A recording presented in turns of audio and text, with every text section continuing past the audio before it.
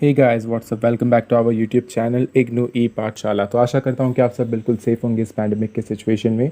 तो गाइस आज के इस वीडियो में हम AMK 1 यानी कि मार्केटिंग के ब्लॉक 1 के यूनिट 2 एंड 3 के बारे में डिस्कस करेंगे। जितने भी इंपॉर्टेंट टॉपिक्स हैं उसके बारे में डिस्कशन की जाएगी। हालांकि पिछले वीडियो में ऑलरेडी हमने यूनिट 1 के रिगार्डिंग डिस्कशन कर ली है कि जितने भी इंपॉर्टेंट क्वेश्चंस हैं, और उसके अलावा पूरे ब्लॉक 1 में जितने भी इंपॉर्टेंट क्वेश्चंस हैं वो मैंने आपको बता दिए हैं यूनिट 1 में ही।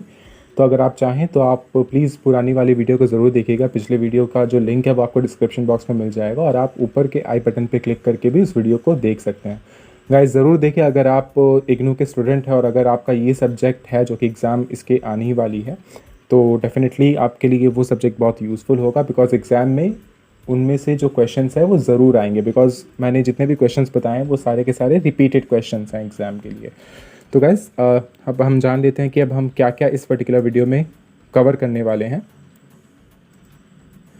तो गाइस जैसे कि मैंने आपको बताया कि हम ब्लॉक 1 कवर करेंगे, यूनिट 2 एंड 3 हम इस पे कवर करने वाले हैं, और जितने भी रिपीटेड क्वेश्चन है एग्जाम में जो कि लास्ट 10 ईयर्स में रिपीट हुए हैं वो हम कवर करेंगे इस पर्टिकुलर वीडियो में।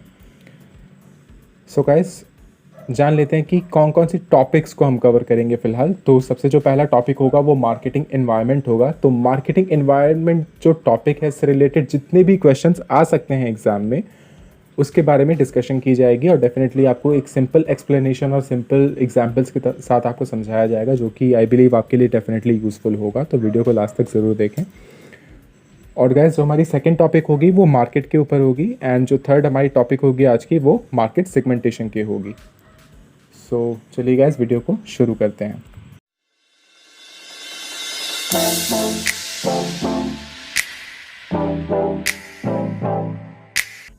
तो गैस आज का हमारा जो पहला टॉपिक है वो है मार्केटिंग एनवायरनमेंट का। तो सबसे पहले हम जानते हैं कि मार्केटिंग एनवायरनमेंट एग्जैक्टली है क्या।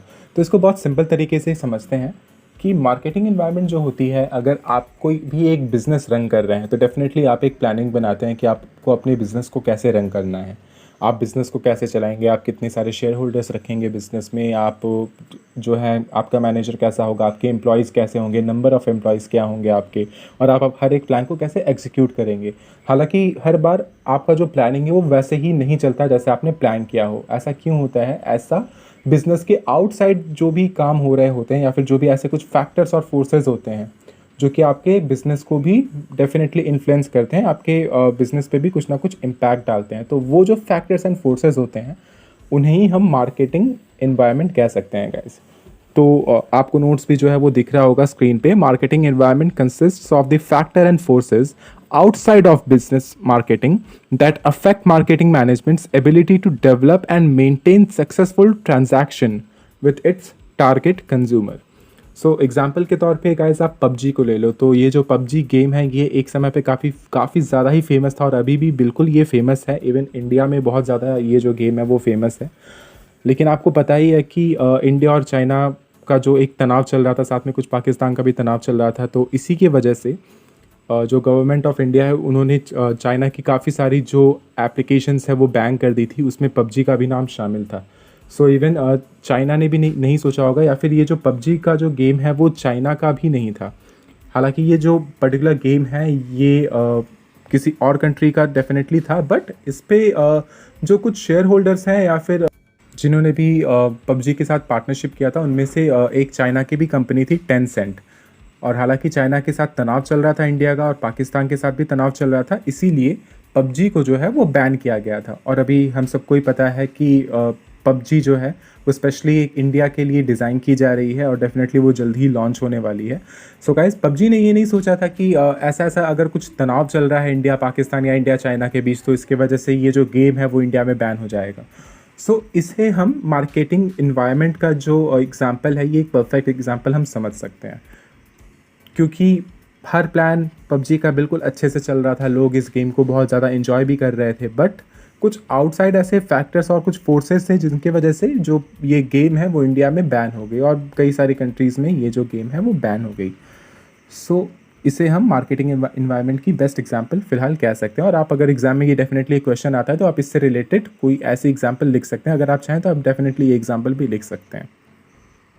सो आशा करता हूँ गाइस कि मार्केटिंग एनवायरनमेंट का जो डेफिनेशन है और जो एग्जांपल है वो आपको बिल्कुल क्लियर हो गया होगा। सो बढ़ते हैं अब हमारे नेक्स्ट टॉपिक की तरफ, जो है कंपोनेंट्स ऑफ मार्केटिंग एनवायरनमेंट। तो मार्केटिंग एनवायरनमेंट्स की क्या क्या कंपोनेंट्स होती हैं। सो गाइस बताना चाहूँगा कि मेनली इसकी जो कंपोनेंट्स है वो टोटल दो ही हैं। एक है माइक्रो एनवायरनमेंट और एक है मैक्रो एनवायरनमेंट। तो मैक्रो एनवायरनमेंट क्या है और माइक्रो एनवायरनमेंट क्या है, अभी इसके बारे में बात करते हैं। तो सबसे पहले हम माइक्रो एनवायरनमेंट के बारे में डिस्कस कर लेते हैं। तो गाइस सबसे पहले बात करते हैं माइक्रो एनवायरनमेंट की। तो माइक्रो एनवायरनमेंट आपको बताना चाहूँगा, ये वो एनवायरनमेंट्स होती है जिसके अंदर ऐसे फैक्टर्स होते हैं जो कि खुद ऑर्गेनाइजेशन या कंपनीज के बहुत क्लोज रहते हैं, और इनका जो इम्पैक्ट होता है ना, ये डायरेक्ट कंपनी के ऊपर पड़ता है। ठीक है, इनमें जो भी चेंजेस आएंगे या फिर कोई भी बदलाव आएगा, इसका डायरेक्ट जो इम्पैक्ट पड़ेगा वो कंपनी के ऊपर पड़ेगा। सो इसे कहते हैं माइक्रो एनवायरनमेंट। अब इसके अंदर जो जो चीज़ें आती हैं, जो जो फैक्टर्स आते हैं, उसके बारे में भी हम डिस्कस करेंगे। अब उसके पहले जान लेते हैं कि मैक्रो एनवायरनमेंट क्या होता है। तो गाइस मैक्रो जो एनवायरनमेंट होती है ना, वो एक ऐसी एनवायरनमेंट होती है जिसके जो फैक्टर्स होते हैं वो डायरेक्टली इम्पैक्ट नहीं करते एक तरह से कंपनी के ऊपर, लेकिन इनडायरेक्टली इम्पैक्ट ज़रूर पड़ता है। ठीक है, और ये जो इम्पैक्ट डालते हैं ये और मार्केटिंग सिस्टम के ऊपर इम्पैक्ट डालते हैं। कंपनी की जो मार्केटिंग सिस्टम होती है उसके ऊपर ये इम्पैक्ट डालते हैं। तो अब जान लेते हैं कि इनके जो फैक्टर्स होते हैं डिफरेंट, वो क्या क्या फैक्टर्स होते हैं इसके अंदर, मतलब कौन कौन से पार्ट्स होते हैं। सो सबसे पहले हम बात करते हैं मैक्रो एनवायरनमेंट की। तो माइक्रो एनवायरनमेंट के अंदर गाइस जो फैक्टर्स हैं वो आपके सामने हैं, आपके स्क्रीन पे। तो सबसे पहला जो फैक्टर है वो है ऑर्गेनाइजेशंस इंटरनल एनवायरनमेंट। तो जो कंपनी की जो खुद की इंटरनल एनवायरनमेंट होती है वो सबसे ज़्यादा इन्फ्लुएंस करती है किसी भी कंपनी को। तो ये हो गया पहला फैक्टर। सेकंड है सप्लायर्स, हम इसके बारे में डिटेल्स में भी बात की जाएगी। थर्ड है मार्केटिंग इंटरमीडियरीज, एंड जो फोर्थ है वो है कॉम्पिटिटर्स। फिफ्थ होती है कंज्यूमर। सो ये जो कंपोनेंट्स हैं ये माइक्रो एनवायरनमेंट के कंपोनेंट्स हैं। अब बात करते हैं मैक्रो एनवायरनमेंट्स के कंपोनेंट्स के बारे में। सो इनकी जो कंपोनेंट्स है वो टोटल 6 आप लिख सकते हैं, जो कि है physical environment, technological environment, political and legal environment, economic environment, demographic environment and social cultural environment. अब गाइस इसके बारे में हम डिटेल्स में बात करते हैं कि जो ये सारी की सारी जो ऑर्गेनाइजेशंस की जो इन्वायरमेंट हैं वो क्या क्या हैं, एक्चुअली आप उन्हें कैसे आइडेंटिफाई कर सकते हैं और इनकी डेफिनेशंस क्या होती है, एग्जांपल्स के साथ आपको ये बताया जाएगा। तो चलिए आगे बढ़ते हैं गाइस। तो गाइस आप पढ़ पा रहे होंगे कि organisations financial production and human resource capabilities influence its marketing decision to a large extent. तो ये जो ऑर्गेनाइजेशंस इंटरनल एनवायरनमेंट होता है ये एक तरह से बहुत ही ज़्यादा तरीके से ये इम्पैक्ट डालती है कंपनी के एनवायरनमेंट के ऊपर। अब गाइस एग्जांपल के तौर पे मैं आपको बताना चाहूँगा कि मान लीजिए आपकी एक कंपनी है जो कि साबुन का उत्पादन करती है, और अचानक से आपके लिए जो है डिमांड और ज़्यादा बढ़ गई है आपके साबुन की। सो इन दैट केस आपको क्या करना होगा, आपको साबुन की जो प्रोडक्शन है वो और ज़्यादा करनी होगी। लेकिन प्रोडक्शन आप कैसे ज़्यादा करेंगे, आपके पास जब ज़्यादा से ज़्यादा प्लांट एंड मशीनरी होगी तभी आप प्रोडक्शन और ज़्यादा कर पाएंगे। करेक्ट, तो प्लांट और मशीनरी आपको और ज़्यादा इंस्टॉल करवाने पड़ेंगे, और प्लांट और मशीनरी कहाँ से आएंगे, वो उसके लिए आपके पास ज़्यादा से ज़्यादा कैपिटल चाहिए। अगर कैपिटल नहीं होगा तो डेफिनेटली आप प्लांट और मशीनरी नहीं खरीद पाएंगे। अगर आप मशीन नहीं खरीद पा रहे हैं तो डेफिनेटली आप प्रोडक्शन और ज़्यादा नहीं कर पाएंगे। तो ये जो चीज़ है, ये जो प्रोसेस है, ये डायरेक्टली आपके मार्केटिंग के ऊपर जो है ये इम्पैक्ट डाल रही है, एक तरह से आपके कंपनी के ऊपर इम्पैक्ट डाल रही है। सो इसे ही हम कहते हैं ऑर्गेनाइजेशंस इंटरनल एनवायरनमेंट। तो आशा करता हूँ कि ये स्टेप आपके लिए क्लियर है, ये पर्टिकुलर जो ऑर्गेनाइजेशंस इंटरनल एनवायरनमेंट है। अब बढ़ते हैं हमारे नेक्स्ट कंपोनेंट की तरफ, जो है suppliers. So guys supplier word से ही हमें सिंपली एक बात ये समझ में आ जाती है, या फिर हमारे दिमाग में एक बात चलती है, हाँ जो बंदा प्रोडक्ट को सप्लाई करता है वही सप्लायर होता है। सो डेफिनेटली आप बिल्कुल सही सोच रहे हैं कि हमें जो प्रोडक्शन करने के लिए जो भी मटेरियल्स चाहिए होती हैं उन्हें कौन सप्लाई करता है। आखिर मैं भी एक बिजनेसमैन हूँ, तो मुझे अगर अपना साबुन का प्रोडक्शन करना है, सो डेफिनेटली मुझे उसके लिए कुछ ना कुछ इनपुट्स चाहिए, कुछ मुझे मटेरियल्स चाहिए। तो वो मैं कहाँ से लाऊंगा, वो मुझे सप्लायर्स ला के देंगे अपनी तरफ से। सो ये जो सप्लाई जो वो करते हैं उन्हें सप्लायर्स कहते हैं। ठीक है, सो इनका भी बहुत ही ज़्यादा इम्पॉर्टेंट एक रोल रहता है मार्केटिंग इन्वायरमेंट में, बिकॉज अगर एक स्मूथ तरीके से वो हमें हमेशा delivery time to time provide नहीं करेंगे फ्रिक्वेंट इंटरवल्स में, तो डेफिनेटली हमारा जो प्रोडक्शन है वो बहुत ज़्यादा गहरी तरीके से इम्पैक्ट होगा। टाइम टू टाइम हम प्रोडक्ट को जो है वो प्रोड्यूस नहीं कर पाएंगे, उसे मार्केट में डिस्ट्रीब्यूट नहीं करवा पाएंगे, एंड देन अगर मार्केट में डिस्ट्रीब्यूट नहीं करवा पा रहे हैं तो डेफिनेटली हमें प्रॉफिट नहीं होगी। तो ये जो सप्लायर्स हैं ये बहुत ज़्यादा एक इम्पॉर्टेंट फैक्टर है माइक्रो इन्वायरमेंट का। तो गाइस बढ़ते हैं हमारे अभी नेक्स्ट फैक्टर की तरफ, जो है मार्केटिंग इंटरमीडियरीज। सो इसके बारे में अब हम जानते हैं गाइस। सो गाइस ये मार्केटिंग इंटरमीडियरीज कौन होते हैं? आप अगर किसी भी राशन शॉप या फिर किसी भी अगर आप स्टेशनरी शॉप में जाते होंगे तो आपने कभी ना कभी ये चीज़ ज़रूर देखी होगी कि उनके पास भी कोई भी ऑटो रिक्शा या फिर कुछ भी एक बल्क में सामान लेके आता है, जो कि सामान वो शॉपकीपर को डिलीवर करके जाते हैं, करेक्ट। सो वो जो होते हैं आप उन्हें डिस्ट्रीब्यूटर्स भी कह सकते हैं, लेकिन उनमें से कुछ मार्केटिंग इंटरमीडियरीज भी होते हैं जो कि आपके प्रोडक्ट को एक तरह से प्रोमोट भी करते हैं हर एक स्टोर कीपर के पास, ठीक है। उसमें क्या होता है गाइस कि अगर मान लीजिए मैं एक बिज़नेस चलाता हूँ जो कि मेरा बहुत पुराना बिज़नेस है और मेरा जो ब्रांड है वो बहुत ही नामी ब्रांड है, और आपने अभी अभी एक बिज़नेस जो है वो स्टार्ट किया है, ठीक है। मैंने एक मार्केटिंग इंटरमीडियरीज को जो है मैंने कांटेक्ट किया कि हाँ मेरा जो प्रोडक्ट है वो आपको हर जगह जाके स्टोर कीपर्स को पहुंचाना है, ठीक है। और आपने भी सेम ही जो मार्केट इंटरमीडियरी है आपने उसको कांटेक्ट किया।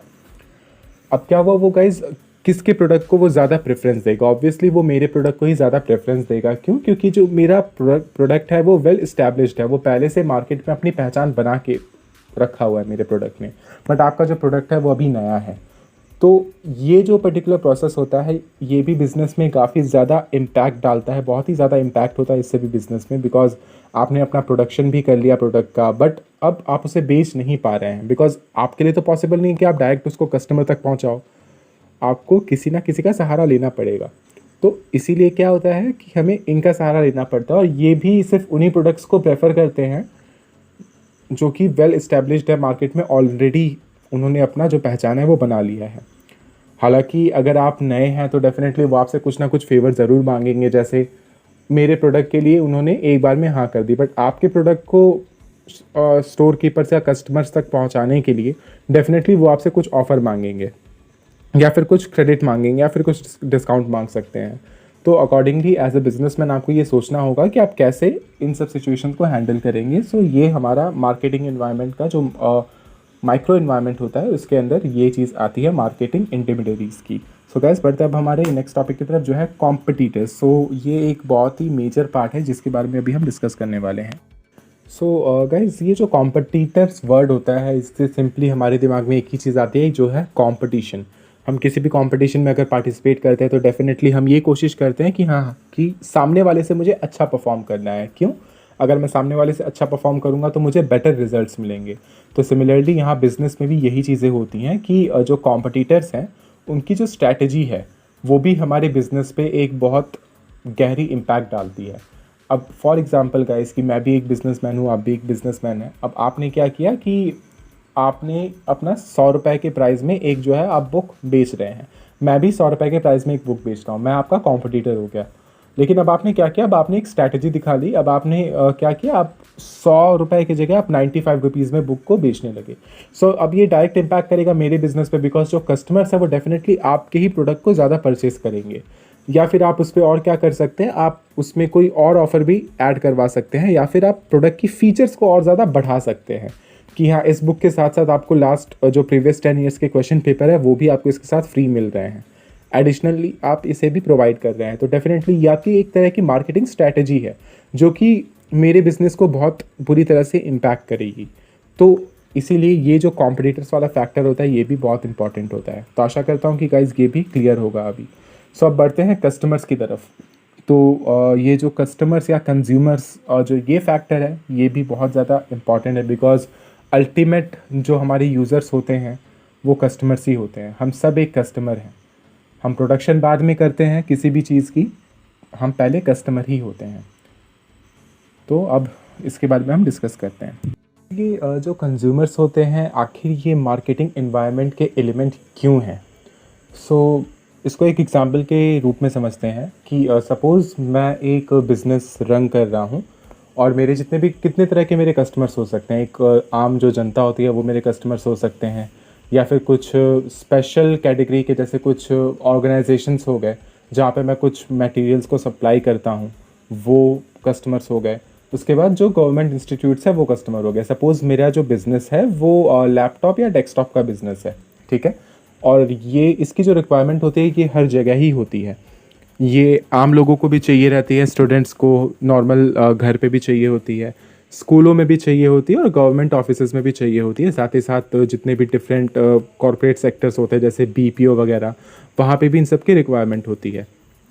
तो अगर मैं अपने किसी भी कंज्यूमर के साथ नेगेटिव एक तरह का बिहेव करता हूँ या फिर कोई भी नेगेटिव अप्रोच रखता हूँ किसी भी मेरे कस्टमर के साथ, तो डेफिनेटली एक बहुत ही बुरा इफ़ेक्ट पड़ेगा मेरे बिज़नेस पे। बिकॉज़ अगर एक भी कस्टमर को मैं नेगेटिव अप्रोच करता हूँ, सो डेफिनेटली वो जो कस्टमर है वो मेरे बारे में नेगेटिव फीडबैक देगा और मेरा बहुत बड़ा जो है वो सेल रुक जाएगा और मेरा बहुत बड़ा लॉस हो जाएगा। So this is the only reason कि जो कंज्यूमर हैं वो मार्केटिंग एनवायरनमेंट के एक बहुत ही ज़रूरी एलिमेंट है। सो आई होप गाइस कि आप ये चीज़ समझ गए होंगे कि कंज्यूमर्स या कस्टमर्स का मार्केटिंग एनवायरनमेंट में क्या रोल होता है। और ये जितने भी अभी हमने जो भी टॉपिक्स डिस्कस किए, जितने भी एलिमेंट्स डिस्कस किए हैं, ये माइक्रो एनवायरनमेंट के अंडर आता है। सो अब हम जो नेक्स्ट चीज़ सीखेंगे वो है मैक्रो एनवायरनमेंट। सो मैक्रो एनवायरनमेंट के अंदर क्या क्या चीज़ें आती हैं अब हम वो स्टार्ट कर रहे हैं गाइस। सो गाइस यहाँ पे जो पहला एलिमेंट है वो है physical environment. So physical environment एक बार हम पढ़ लेते हैं कि क्या है। The earth's natural renewable resources just like forest, food products from agriculture etcetera, and finite non renewable resources that is oil, coal, minerals, etc. Weather, climate conditions, land shapes, and water resources are component of an environment which quite often change the level and type of resources available to the marketers for his production. So guys यहाँ पे simple सी ये meaning इसकी निकल के आती है कि जो फिज़िकल इन्वायरमेंट होता है वो टोटली जो अर्थ की जितनी भी रिसोर्सेज होती हैं, चाहे वो रिन्यूएबल रिसोर्सेज हो चाहे वो नॉन रिन्यूएबल रिसोर्सेज हो, इनके यूजेज से जो भी हमारी जो बिज़नेस चल रही होती है, तो डेफिनेटली अगर इनमें कुछ चेंजेस आती है तो ये इनडायरेक्टली या डायरेक्टली हमारे बिज़नेस को ज़रूर इम्पैक्ट करती है। अगर इसको मैं एग्जांपल के तौर पे समझाऊं तो इंडिया में पेट्रोलियम की डेफिनेटली कमी है, वो बाहर के देशों से इसे इंपोर्ट कराती है ना। फॉर एग्जांपल अगर बाहर के देशों से जो इंडिया इसे इंपोर्ट करा रही है, अगर जिस देश से ये इंपोर्ट कराया जा रहा है उस देश में कुछ ऐसा नेचुरल एक फिनोमिना हो गया जिसके वजह से वहाँ पे भी पेट्रोलियम की जो है वो कमी आ गई, तो वहाँ पे तो कमी रहेगी ही। तो क्या वो देश इंडिया को ये जो पेट्रोलियम है वो सप्लाई करेगा? नहीं करेगा। इंडिया इसे इंपोर्ट नहीं करा पाएगी अपने पास। क्यों? क्योंकि उनके पास खुद ही कमी है, तो वो इंडिया को क्यों ये प्रोडक्ट देंगे। सो ये जो चीज़ें होती हैं, ये जितने भी एलिमेंट होती है ना, ये फिज़िकल एनवायरनमेंट के अंडर आती है, ठीक है। तो आशा करता हूँ कि गाइज ये चीज़ आपकी क्लियर हो गई होगी अभी। तो बढ़ते हैं हमारे नेक्स्ट एलिमेंट की तरफ जो कि है टेक्नोलॉजिकल एनवायरनमेंट। सो गाइज अब हम जानते हैं कि what is technological environment and ये एक्चुअली माइक्रो एनवायरनमेंट का एक पार्ट क्यों है या एलिमेंट क्यों है। सो गाइज जैसे कि हम सबको पता है कि जब से इस दुनिया में टेक्नोलॉजी आई है, बहुत हमारी जो मेहनत है वो कम हो गई है, बहुत हमारी जो लेबर है वो कम हो गई है। तो कुछ ऐसे इंस्टीट्यूट्स या फिर कुछ ऐसे ऑर्गेनाइजेशन जहाँ पे लेबर को लेके ही सब ज़्यादा से ज़्यादा काम होते थे, वो सब काम जो है वो बंद हो चुके हैं और उनकी जगह जो है टेक्नोलॉजी ने ले ली है, यानी कि जो कंप्यूटर्स वगैरह हैं उन्होंने ले ली है। सो सिंपली आप ऐसे ही समझ सकते हैं कि जो ये टेक्नोलॉजी है उसने पूरा ही वर्ल्ड जो है वो चेंज कर दिया है। तो डेफिनेटली इसका जो एक मेजर इम्पैक्ट है वो डेफिनेटली जो कंपनी है उसकी ऑर्गेनाइजेशन या एनवायरनमेंट के ऊपर डेफिनेटली उसका जो इम्पैक्ट है वो ज़रूर पड़ता है, ठीक है। एग्जांपल के तौर पे आपको बताना चाहूँगा कि आप एक नॉर्मल रेस्टोरेंट का एग्जांपल यहाँ पे ले सकते हैं कि जब नॉर्मल पहले रेस्टोरेंट्स होते थे, अगर आप उन्हें कॉल करें तो आप अगर उनसे होम डिलीवरी मांगते थे तो कुछ रेस्टोरेंट्स ऐसे थे जो डेफिनेटली होम डिलीवरी खुद से प्रोवाइड करवा देते थे, बट बहुत से रेस्टोरेंट्स ऐसे थे या होटल्स ऐसे थे जो होम डिलीवरी नहीं देते थे, करेक्ट। अभी क्या हुआ है कि जैसे ही टेक्नोलॉजी आई है, बहुत से रेस्टोरेंट ने जो ऑनलाइन डिलीवरी होती है प्रोडक्ट की, उसको अडॉप्ट किया है उस फीचर को। जैसे स्विगी या ज़ोमैटो या फूड पांडा, उबर ईट्स, ये सब जो है, जब से ये सब टेक्नोलॉजीज़ आई हैं और जैसे ही रेस्टोरेंट ने इन्हें मतलब अडॉप्ट कर लिया है, उसके बाद से ही इनकी जो मतलब बहुत ज़्यादा ही इम्पैक्ट पड़ गया है पूरे के पूरे इस बिज़नेस में। उन जिन्होंने इसे अडॉप्ट किया है उनके लिए बहुत अच्छा हो रहा है, क्योंकि ज़्यादा से ज़्यादा उनको हायर नंबर ऑफ़ सेल मिल रहे हैं। बट जिन्होंने इसे अडॉप्ट नहीं किया है उनके पास बहुत ही अभी फ़िलहाल कम कस्टमर्स जा रहे हैं। बिकॉज़ इवन अगर आप कोरोना सिचुएशन की बात करें तो वैसे भी डाइन इन जो है अभी वो बंद है, लोग ऑनलाइन ही डिलीवरी करवा रहे हैं प्रोडक्ट की। करेक्ट। अगर आप चाहें तो डेफिनेटली ये जो टेक्नोलॉजिकल इन्वायरमेंट का मैंने एग्जांपल दिया है, आप इसे नोट डाउन बिल्कुल कर सकते हैं एग्ज़ाम में। अगर आप चाहें तो आप इसे लिख सकते हैं। बढ़ते हैं अब हमारे अगले टॉपिक की तरफ, जो कि है political and legal environment. So guys, what is political and legal environment? Simply आप इसे ऐसे समझ सकते हैं कि जब भी पॉलिटिक्स के थ्रू या फिर कोई भी गवर्नमेंट के थ्रू अगर कोई एक रूल पास किया जाता है या फिर कोई भी नया ऑर्डर पास किया जाता है जो कि किसी भी बिज़नेस पे इम्पैक्ट करता है डायरेक्टली या इनडायरेक्टली, वो आप पॉलिटिकल एंड लीगल एनवायरनमेंट के अंदर आप उसे कंसिडर कर सकते हैं।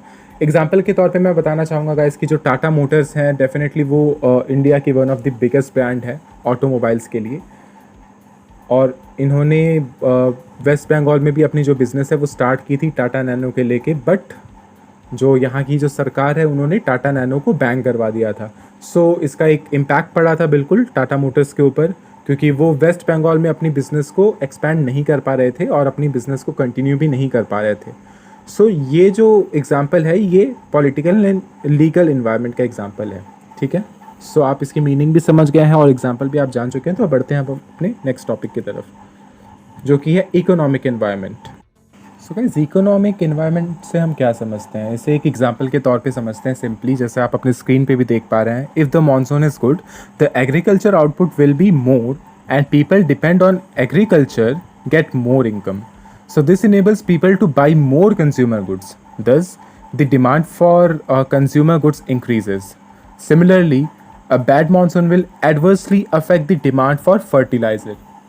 आप पढ़ के इसे समझ पा रहे होंगे गाइस कि अगर जो मानसून है, बारिश जो है वो अगर बहुत काफ़ी ज़्यादा अच्छी होती है एक सर्टेन टाइम पे, तो जितने भी खेती के सामान होते हैं, जैसे कि कोई अनाज हो गया, गेहूँ, चावल, धान एक्सेट्रा, ये सब जो हो गया, इसकी जो खेती है वो काफ़ी ज़्यादा अच्छी होती है और जो किसान होते हैं डेफिनेटली उनको और ज़्यादा इनकम मिलता है क्योंकि उनकी जो खेती है वो अच्छी हुई है। सिमिलरली और उल्टे तरफ में अगर देखा जाए कि जो फर्टिलाइज़र की जो रिक्वायरमेंट होती है या फिर फर्टिलाइज़र इसमें कम लगता है, तो जो लोग फर्टिलाइज़र बेचते हैं उनकी जो इनकम होती है वो कम होती है क्योंकि उनका जो प्रोडक्ट है वो तो बिक ही नहीं रहा है। करेक्ट। ये जो इकोनॉमिक एनवायरनमेंट होता है ये भी एक तरह से हमारी कंपनी को या फिर हमारे बिजनेस को इफ़ेक्ट करता है, इसीलिए ये भी मैक्रो एनवायरनमेंट के अंडर आता है। तो बढ़ते हैं गाइस हमारे नेक्स्ट टॉपिक के अंदर, जो कि है demographic environment. Guys, demographic environment के रिगार्डिंग आप खुद ही इसे पढ़ भी पा रहे होंगे, हालांकि मैं भी बता दे रहा हूँ कि ये क्या होता है एक्चुअली। जितने भी लाइफस्टाइल के अकॉर्डिंगली जब भी हमारे बिजनेस के ऊपर इम्पैक्ट पड़ता है तो उसे हम डेमोग्राफिक एनवायरनमेंट कह सकते हैं। तो एग्जांपल वैसे भी आपके स्क्रीन पे है, मैं फिर भी आपके लिए पढ़ दे रहा हूँ कि जब मान लीजिए एक फैमिली है जिसमें सिर्फ दो लोग हैं, पति और पत्नी, और दोनों ही अगर काम पे जाते हैं, जॉब पे जाते हैं, तो डेफिनेटली उनके पास टाइम बहुत कम रहेगा घर के लिए। तो जो ऑटोमेटिक या सेमी ऑटोमेटिक जो गैजेट्स होते हैं घर के लिए, जैसे वॉशिंग मशीन हो गया, वैक्यूम क्लीनर एक्सेट्रा हो गया, या फिर टोस्टर हो गया, जिससे हर काम जल्दी जल्दी हो, तो इन सब का जो सेल होता है या फिर इन सब की जो प्रेफरेंसेस होती है वो उस सिचुएशन में हाई हो जाती है एक पर्टिकुलर लोकेशन में। ठीक है। इसमें क्या होता है कि जैसे उन सब का जो सेल है वो हाई हो गया, यानी कि उसकी मार्केटिंग अच्छी चल रही है। इसका मतलब क्या है कि मैक्रो एनवायरनमेंट में, यानी कि उस कंपनी में इसकी इफ़ेक्ट जो है वो अच्छी इफ़ेक्ट पड़ रही है, पॉजिटिव इफ़ेक्ट पड़ रही है, तो इसे एक डेमोग्राफिक एनवायरनमेंट कहते हैं। और जो सेमी कुक्ड फूड होता है, इसकी भी जो सेल होती है वो इंक्रीज़ हो जाती है। सेमी कुक्ड फूड भी आई होप आप सबको पता ही होगा कि उसे आधा ऑलरेडी पका होता है, बस घर पे लाके आधा और पकाना पड़ता है, पैक्ड आइटम मिलते हैं मॉल्स पे। सो ये सब जो होता है ये डेमोग्राफिक एनवायरनमेंट के अंडर आता है। सो बढ़ते हैं अब हमारे नेक्स्ट टॉपिक की तरफ जो है socio cultural environment. So guys जैसे कि आप नाम से ही समझ पा रहे होंगे कि ये जो है कल्चरल एनवायरनमेंट है, ठीक है। तो ये जो एनवायरनमेंट होती है ये हमारे सोसाइटी एंड कल्चर से जुड़ी होती है, जो कि बहुत कम ही चेंज होती है एक्चुअली, बिकॉज डेफिनेटली ज़्यादा लोग अपने कल्चर को तो चेंज नहीं करते हैं या फिर कल्चर को चेंज नहीं किया जा सकता है। इसको अगर एग्जांपल के तौर पे बताया जाएगा जब आप मंदिर जाते हैं तो मंदिर के बाहर आप देख पा रहे होंगे कि ज़्यादा से ज़्यादा अगरबत्तियाँ, फूल वगैरह जो है वो सेल किया जाता है, जो कि अगर आप कहीं दूसरे लोकेशन पे अगर आप सेल करेंगे तो डेफिनेटली उसकी जो सेल होगी, ख़रीदारी उसकी जो की जाएगी वो बहुत ही कम होगी अगर हम कंपैरिजन करें कि अगर आप मंदिर के सामने इसे बेचते हैं, ठीक है। सो ये एक तरह से इम्पैक्ट करता है हमारे इस पर्टिकुलर इन्वायरमेंट को, इसीलिए हम इसे कहते हैं सोशियो कल्चरल इन्वायरमेंट। इसके अलावा किसी किसी पर्टिकुलर लोकेशन में आप देख पा रहे होंगे जहाँ पे कुछ एक पर्टिकुलर कलर को ही पहना जाता है, जैसे कि कोई कहीं पे सिर्फ गेरुआ रंग पहना जाता होगा या फिर कहीं पे सिर्फ ब्लैक कलर्स पहने जाते होंगे, या फिर किसी पर्टिकुलर त्यौहार पे आप देख पाते होंगे कि कुछ जो लोग हैं वो एक स्पेसिफिक कलर पहन रहे हैं। सो ये सब जो चीज़ें ये भी जो हमारी कंपनी होती है उसके एनवायरनमेंट के ऊपर इफ़ेक्ट करती है। सो ये भी इसीलिए मैक्रो एनवायरनमेंट के अंडर आती है और ये भी एक हमारी मेजर एलिमेंट होती है एनवायरनमेंट की। तो गाइज मार्केटिंग एनवायरनमेंट से रिलेटेड जितने भी क्वेश्चंस आ सकते हैं उसमें हमने टॉपिक वाइज ऑलरेडी बात कर लिया है हर एक चीज़ के बारे में। तो आई होप कि आपको ये सारी चीज़ें क्लियर हो गई होंगी। अगर कोई भी डाउट है तो डेफिनेटली आप कमेंट बॉक्स पे कमेंट ज़रूर कीजिएगा, मैं पूरी कोशिश करूँगा उस डाउट को क्लियर करने की। फ़िलहाल के लिए हम बढ़ते हैं अपने नेक्स्ट क्वेश्चन में, जो कि है market. So guys what is market? तो सबसे पहले हम मार्केट की मीनिंग को समझते हैं जिससे हम इसके रिगार्डिंग फर्दर डिस्कशन कर पाएँ। So the term market has more than one meaning. The term market in common parlance, guys इसमें थोड़ी सी स्पेलिंग मिस्टेक है, उसके लिए मैं माफ़ी चाहूँगा। डेफिनेटली जब मैं वीडियो अपलोड कर रहा हूँगा तो आपको दिख जाएगा एग्जैक्ट मीनिंग स्क्रीन पे, अभी हो सकता है आपको दिख रहा हो। सो चलिए फर्दर प्रोसीड करते हैं। But the marketers do not agree with economists as per their opinion a market is the set of all actual and potential buyers of a product. So guys market से हम एक ही चीज़ समझते हैं कि market एक जगह होती है जहाँ पे कुछ सेलर्स होते हैं, कुछ बायर्स होते हैं और एक प्रोडक्ट होता है या फिर कुछ प्रोडक्ट्स होते हैं। मैं सेलर हूँ, आप मेरे पास प्रोडक्ट है, आप मेरे पास आएंगे, आप कुछ पैसे देंगे, आप अपना प्रोडक्ट लेके घर जाएंगे, करेक्ट। लेकिन एक्चुअली जो इकोनॉमिस्ट हैं वो इस बात से इनकार करते हैं, इस थ्योरी से इनकार करते हैं। तो उनके मुताबिक मार्केट क्या है? A market is the set of all actual and potential buyer of a product. So guys, as per the economist, वो कहते हैं कि जो मार्केट है वो एक प्लेस है या फिर वो एक set of actual and potential buyer है।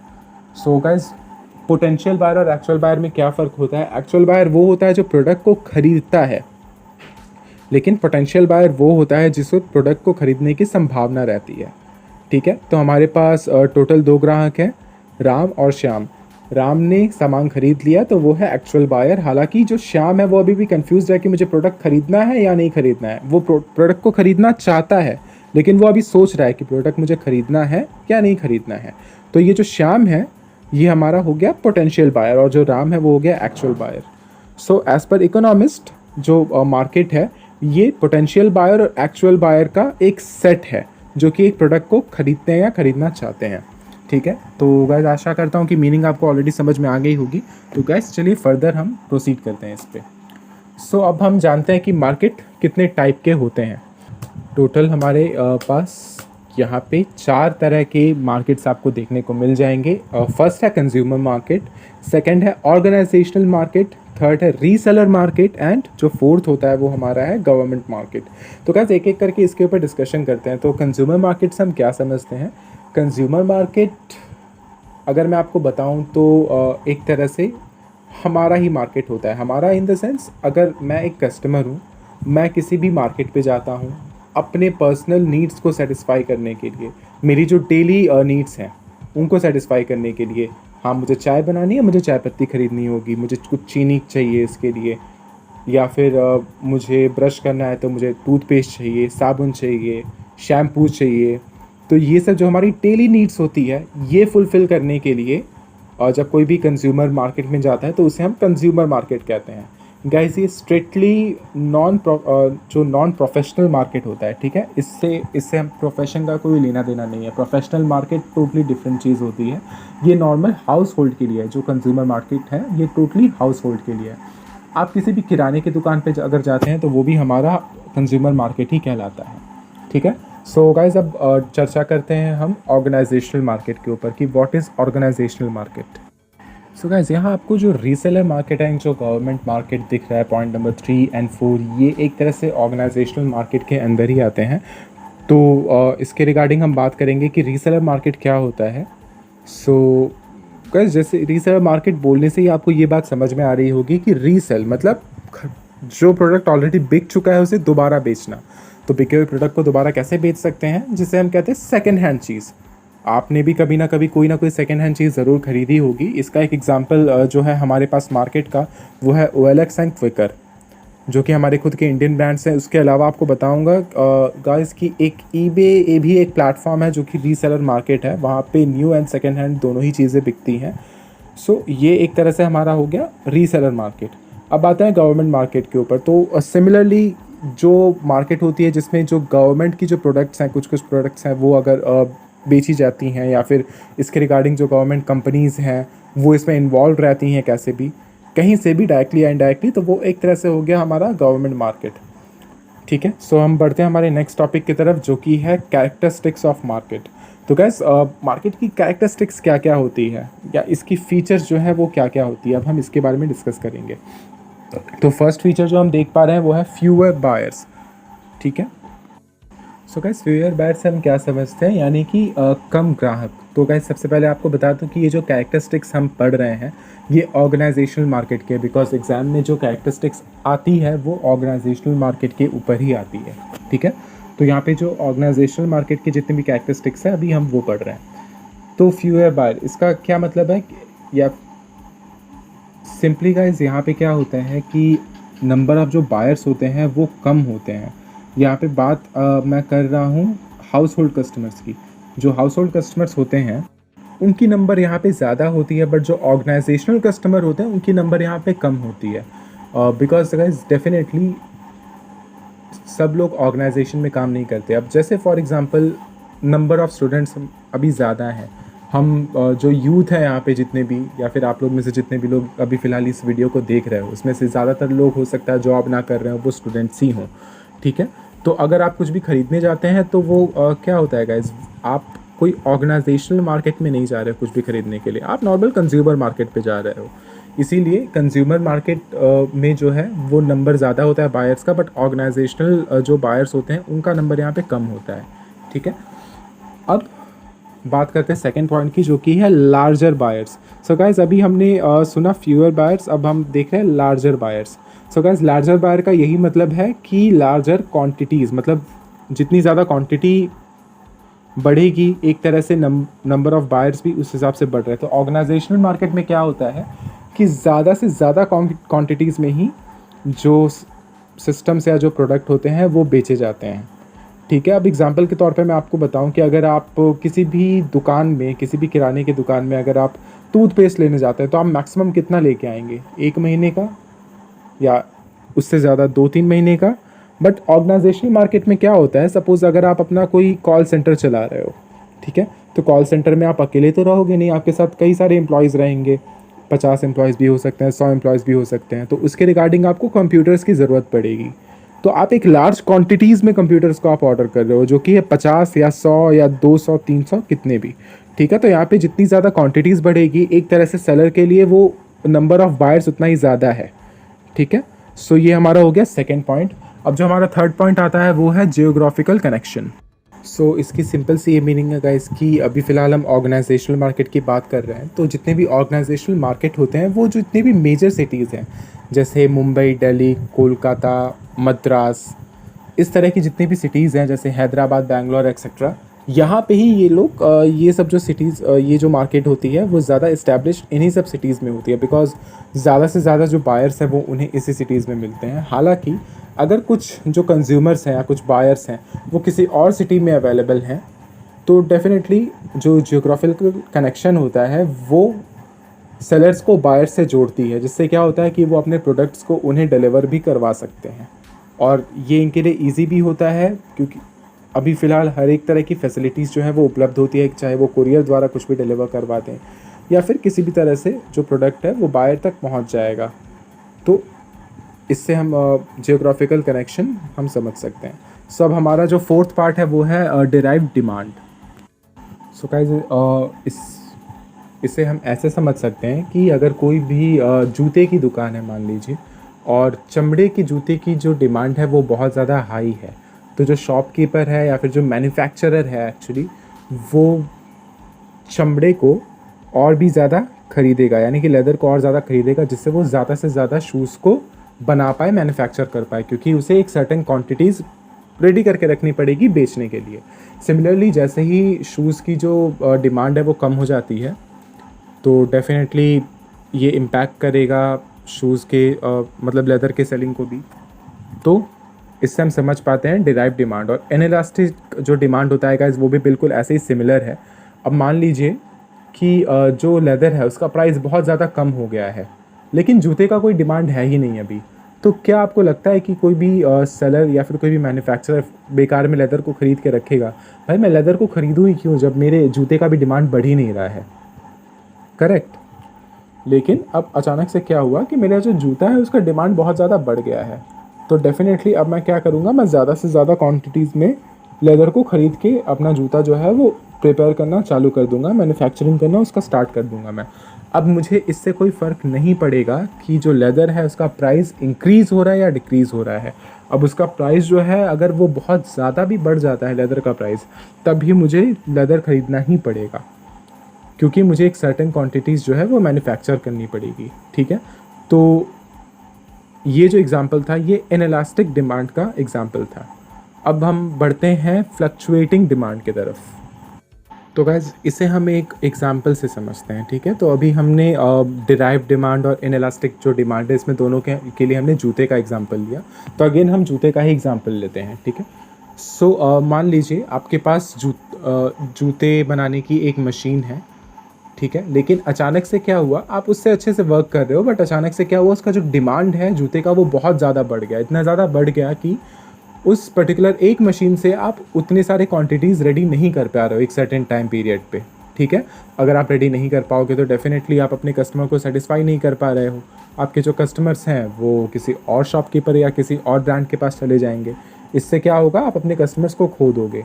तो इससे बचने के लिए और अपने प्रॉफिट को मैक्सिमाइज़ करने के लिए आप क्या करोगे, आप एक नया जो एडिशनल मशीन है वो ले आओगे जो कि आपकी हेल्प करेगा, मतलब दुगनी प्रोडक्शन करने में, ठीक है। सो इससे क्या हुआ कि प्रोडक्ट का जो डिमांड है वो तो बढ़ा, लेकिन साथ ही साथ आपका भी एक डिमांड बढ़ गया एक एडिशनल मशीन लाने का या मशीन इंस्टॉल करवाने का। तो इसे कहते हैं फ्लक्चुएटिंग डिमांड।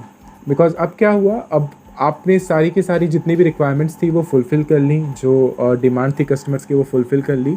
अब मार्केट में उस पर्टिकुलर जूते का फैशन जो है वो धीरे धीरे कम होने लगा, अब आपको भी उस मशीन की ज़रूरत नहीं पड़ रही है।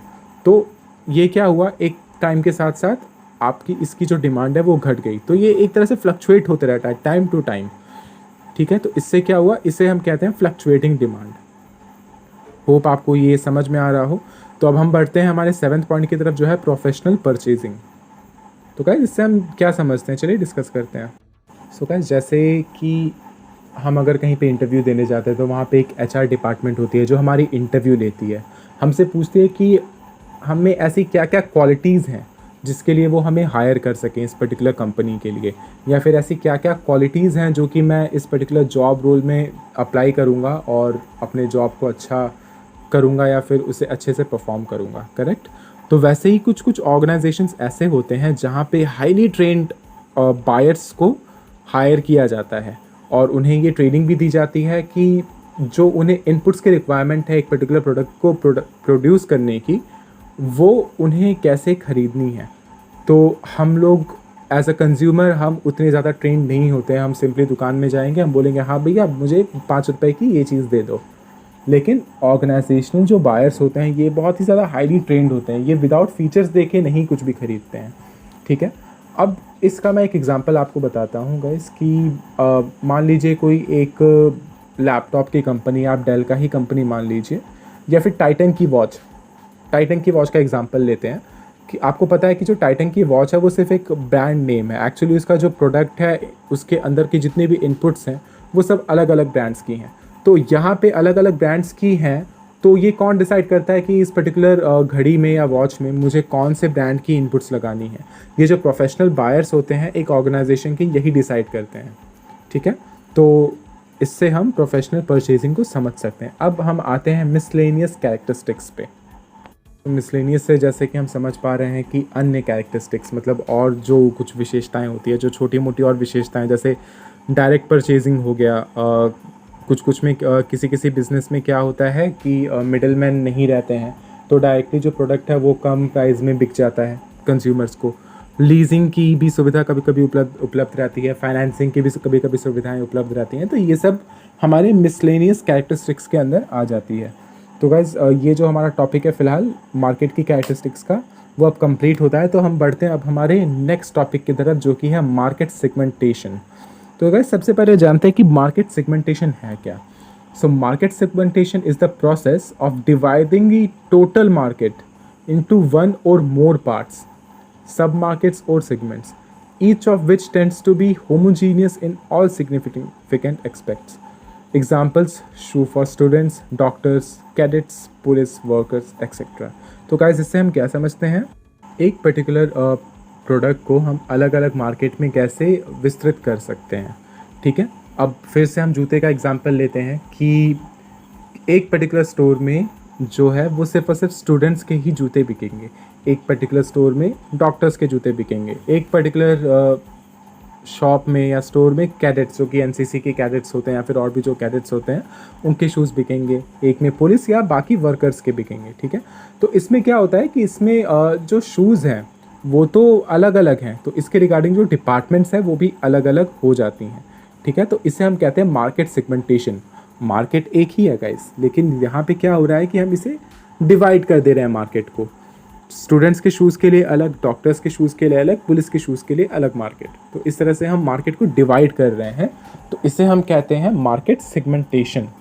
ठीक है, तो guys I am so sorry, मैंने प्रॉमिस किया था कि इस वीडियो में हम ये सारी जो टॉपिक्स हैं वो कवर करेंगे, जो कि मैंने स्टार्टिंग में आपको दिखाया था। हालांकि अभी जैसे कि मैं चेक कर पा रहा हूँ कि इतनी ही सिर्फ क्वेश्चंस को कवर करने में जो वीडियो है वो ऑलरेडी 40 मिनट्स की से ज़्यादा हो गया है, वीडियो की जो लेंथ है वो।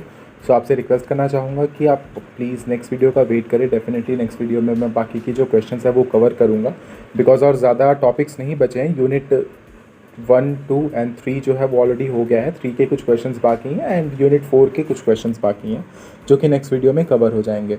तो गाइज़ प्लीज़ इसे कंसिडर कर लीजिए इस बार के लिए, और तब तक के लिए guys stay tuned and stay safe. Good bye guys.